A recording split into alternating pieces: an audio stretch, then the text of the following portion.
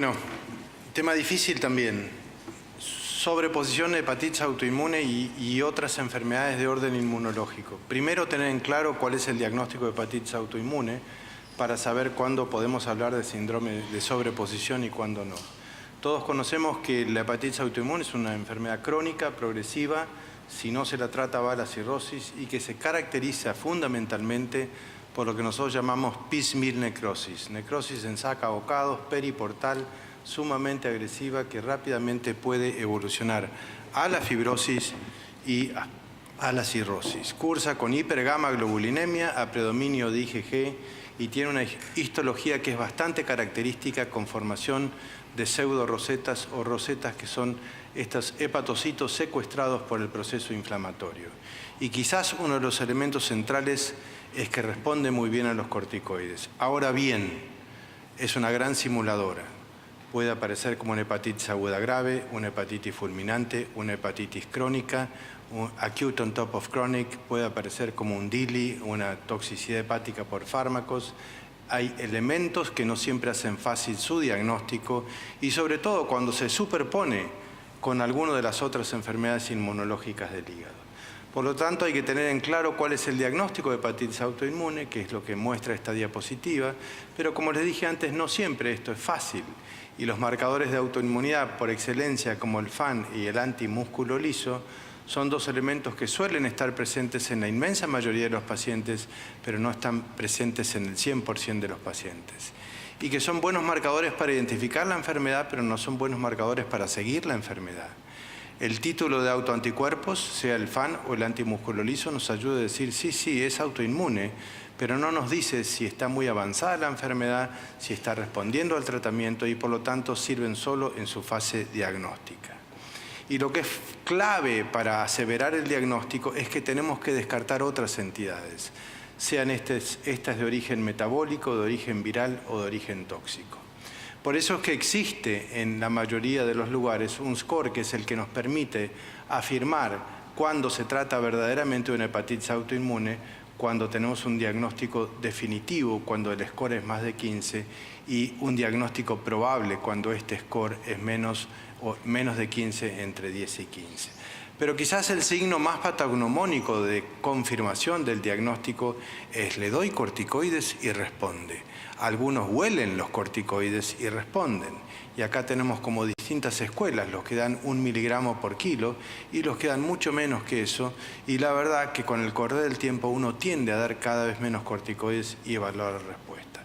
¿Por qué se produce? Y porque se rompe un equilibrio ecológico entre lo que es uno de los órganos más inmunotolerantes, que paradójicamente responde con enfermedad autoinmune. Y responde con enfermedad autoinmune que a veces recurre hasta después del trasplante. Y lo que pasa es que existe una respuesta inmune innata y una respuesta inmune celular específica que se sobrepone a la función de las células T reguladoras, que son las que ejercen esta respuesta de inmunorregulación hacia abajo.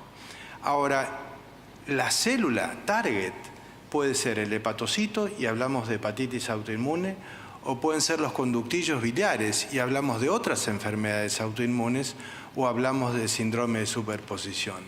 Entonces uno puede decir el desorden inmunológico probablemente sea el mismo, pero lo que cambia es el target. Le pego a uno o le pego a los dos o le pego al otro. En este sentido es que la histología nos ayuda muchísimo a discernir si estamos hablando de una hepatitis autoinmune pura o de un síndrome de superposición. Pero la histología no es el único elemento que nos ayuda a hablar de síndrome de superposición. Lo clínico, lo humoral, lo inmunoserológico son los otros elementos. Y cuando hablamos de síndrome de superposición, hay como 17 síndromes diferentes eventuales que se pueden armar con este rompecabezas.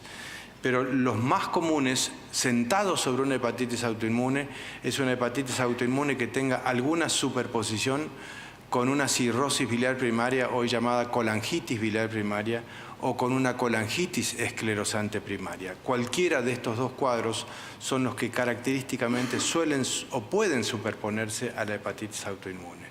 El primero, colestasis con mitocondriales positivos y una colangitis linfocítica en la biopsia, y que se trata inicialmente con ácido urso desoxicólico y por supuesto con inmunosupresión de base, corticoides e Inmuran, si el paciente ya arrastraba un diagnóstico de hepatitis autoinmune.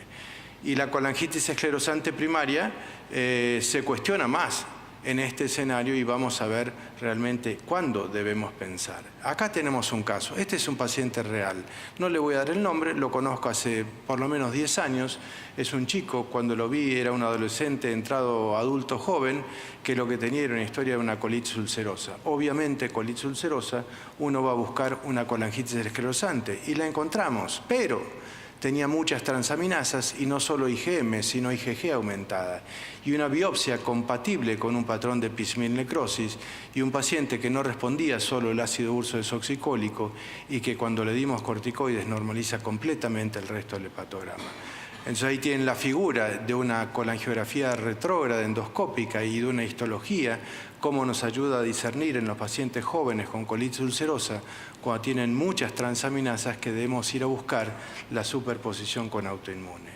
Hay un position paper, que es el que habla y que revisa todo esto, y que les aconsejo que lo tengan cerca para poder discernir entre una enfermedad y la otra. Y como ven, no es un paper que es muy nuevo y que nos muestra con claridad que existen algoritmos que son difíciles de seguir, donde lo que tiene que primar es el sentido común en el manejo de estos pacientes. Pero también les quiero decir que estos pacientes a veces hacen la superposición en forma secuencial. No debutan de entrada con las dos entidades, sino que empiezan de una manera y terminan recibiéndose de otra. Empiezan por medicina y terminan siendo virólogos. Empiezan por virología y terminan siendo cirujanos. ¿Sí? Y esto lo pueden hacer en el tiempo y esto tenemos que aprender a seguirlo porque un paciente puede virar y nosotros tener necesidad de modificar el esquema de tratamiento inicial. Entonces, hay otra entidad que recientemente ha sido publicada en otra de las revisiones, que es la colangitis autoinmune, como si tuviéramos pocos nombres, pero la colangitis autoinmune asociada a niveles elevados de IgG4. Y esta es una entidad que la van a ver más los gastroenterólogos que los hepatólogos, porque es una enfermedad que es sistémica, que suele generar también pancreatitis autoinmune y que genera una pancreatitis que obviamente no es biliar, no es alcohólica, no es medicamentosa y que tiene una imagen que es bastante característica. Miren ese páncreas, un páncreas regordete, inflamado, ¿sí? Sin lesiones de necrosis, muy parejo en todo su componente. Y miren la vía biliar. La vía biliar tiene estrechez, pero no es la estrechez arrosariada típica de la colangitis esclerosante. Y el diagnóstico de este se hace con inmunomarcación, básicamente a nivel del tejido, con IgG4, que está elevada o elevada en el suero también. Y quizás el tema más importante es que cuando tiene esta entidad responde muy bien a los corticoides. En lo que tiene que ver con las conclusiones de este position paper son las que están acá, ¿no? Criterios diagnósticos arbitrarios. Cada uno puede inventar lo que quiera y puede considerarse un síndrome de superposición. Tiene que primar el sentido común. Generalmente asientan sobre hepatitis autoinmune en las que se sobrepone una cirrosis biliar primaria o una colangitis esclerosante primaria de grandes conductos o de pequeños conductos. Ese score diagnóstico en este escenario no sirve. Y los pacientes tienen que ser tratados si tienen de base una hepatitis autoinmune con corticoides, inmunosupresión, y cuando se suma el patrón colestásico uno tiene todo el derecho del mundo a hacer tratamiento con ácido urso desoxicólico. Muchas gracias.